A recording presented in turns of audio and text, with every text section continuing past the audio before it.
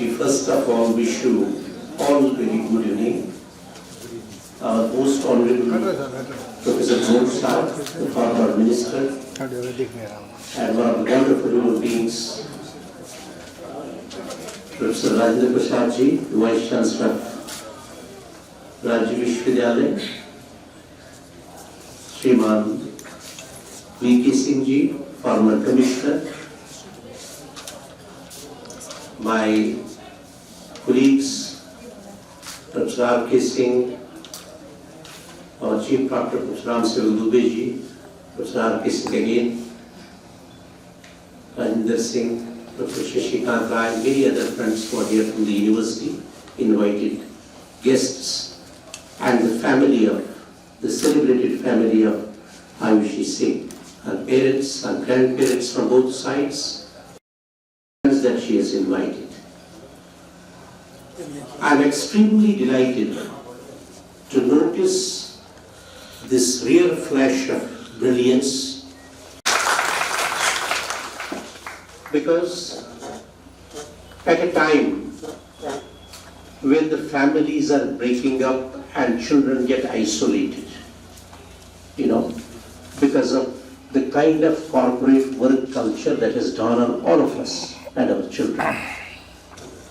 It's very difficult to sustain with value system.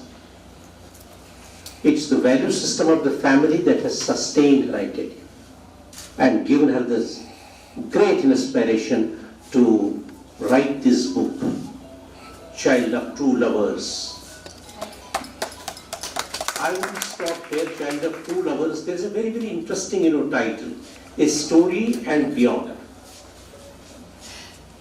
When she says story and beyond, I have just glanced through, in fact, this book. And I found that there are hundreds of 310. It's a wonderful work that she has done. This schizophrenia, dementia, depression, there are varied reasons why it happens to people, in fact. At least about depression and dementia, I can tell you, when Kashmiris were forced to migrate from their homes in 1990, we have had the largest number of depression patients in the world.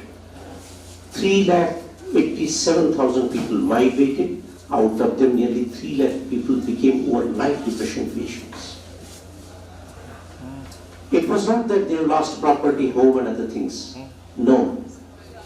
They lost a usual lifestyle and connect with the people. Every day when you go to office, perfectly do your work and come back home, if you're asked to stay 10 days at a stretch at your home without any work, without any perspective, what's going to happen to you? You will land in depression. See, this book has not to be taken, so lightly. It has to be taken very seriously, I would say.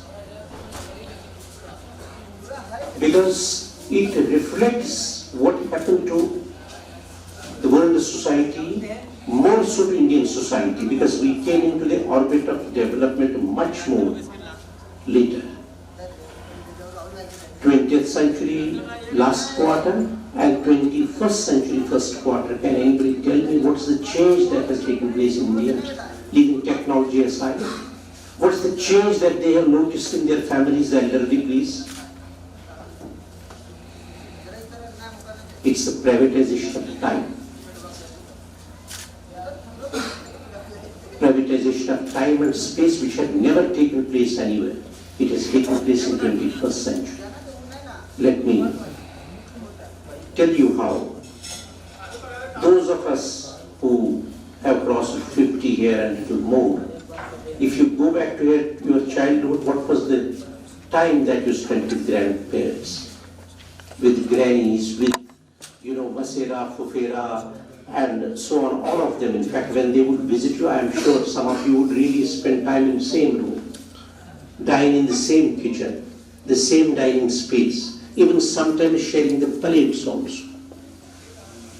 But 21st century, the time and space has been privatized. Your child does not want to spend time with people of your age, even if they are very close relations. He just does not. He has no time, and he has been conditioned by technology and circumstances. Now this is happening more and more because with various varieties of cell phones and gadgets, they have no time. You see, your son's friend can visit and he will be sitting with your son. But if your aunt, your grandaunt, your other relations visit, he has no time for them because he has privatized his time. He has also privatized his space, even if you don't have many rooms in the house, but he has carved it down for himself. These are some of the reasons, in fact, which Indian society should think very seriously. And for these kinds of things, if you really want to understand them, there are clues in this book, sufficient clues. You see, when we talk of science, there are certain things which cannot be explained by reason or action. They just cannot. There is something which is different, which is natural. It is good as sufficiently said here, about the dreams, for example, at page 74 or so, she says that the dreams have the potential. You can always, remember these words. There's a very, very great historian called John von Sina. He's not historian. I treat him as a historian because as a historian I treat him. He was going for 40 years in Mediterranean to study dreams. Then he wrote a book, Oral History as a Science. And he discovered that dreams and hallucinations are part of our human life. She has given us clues for schizophrenia, dementia, depression and other things, but there are 101 diseases which we are not aware and which are not physical, which are mental. I gave a very interesting case. Last year I went to US, and with a friend of mine I went to one of the hospitals. He's a doctor. He said, you can wait in this space, I'll come. Then he was smiling and laughing. He said, come, I'll show you a patient. I found a patient who was far healthier than anybody, even healthier than the doctor also. Then I asked him, what is the disease that this fellow is suffering? He says he has basically the problem of shopping mania, which is going to take place in India also, and India also got very many patients.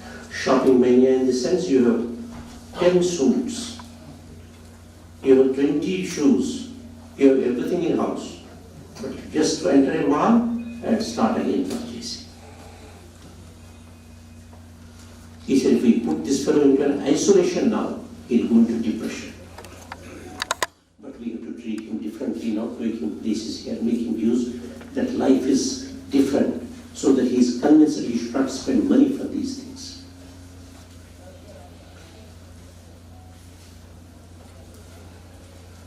This girl also talks about the role of parents, in fact. You must have heard the stories if you go through newspapers in the West, Eastern Europe, many other places. You'll find that there are mothers who are putting their children into washing machine and cleaning their own children. You know, in America, where do Indians beat their children? So that police does not come and arrest the parents. They beat them in their bathrooms. If you go to Caribbean and see the role of Indians, how do they treat elders there, and how do they coerce them? The daughter-in-law coerces father-in-law into a bathroom and puts hot water on his head. I can show you a film which I have virtually filmed, but the whole documentary is available with me. The basic problem is that we have somewhere lost track of humanity with the development of modern world. We are becoming too much possessive of materialism, and that's not the position to solve our problems at all. Therefore, it becomes very essential for every parent, I would say. There are 101 clues for future parents, future generations, to take this book very seriously elaborate this book.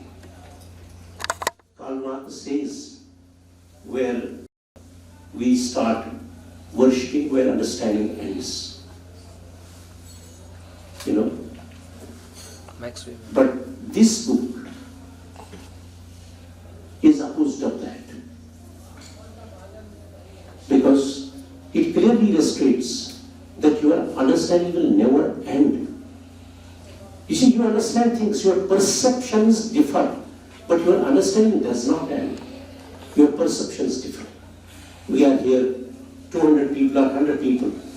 If we all shut eyes and touch something else, we will have hundreds of perceptions about things. Reality may be different. So therefore, understanding never ends, perceptions do differ. I congratulate her parents for such a wonderful child, because she has combined the scientific temper with the literary temper. My child was once saying that I want to go and do now MBA. I said, before that, please go and study some literature, because in MBA they will teach you how to cheat. But if you study a little bit of literature, that will make you human.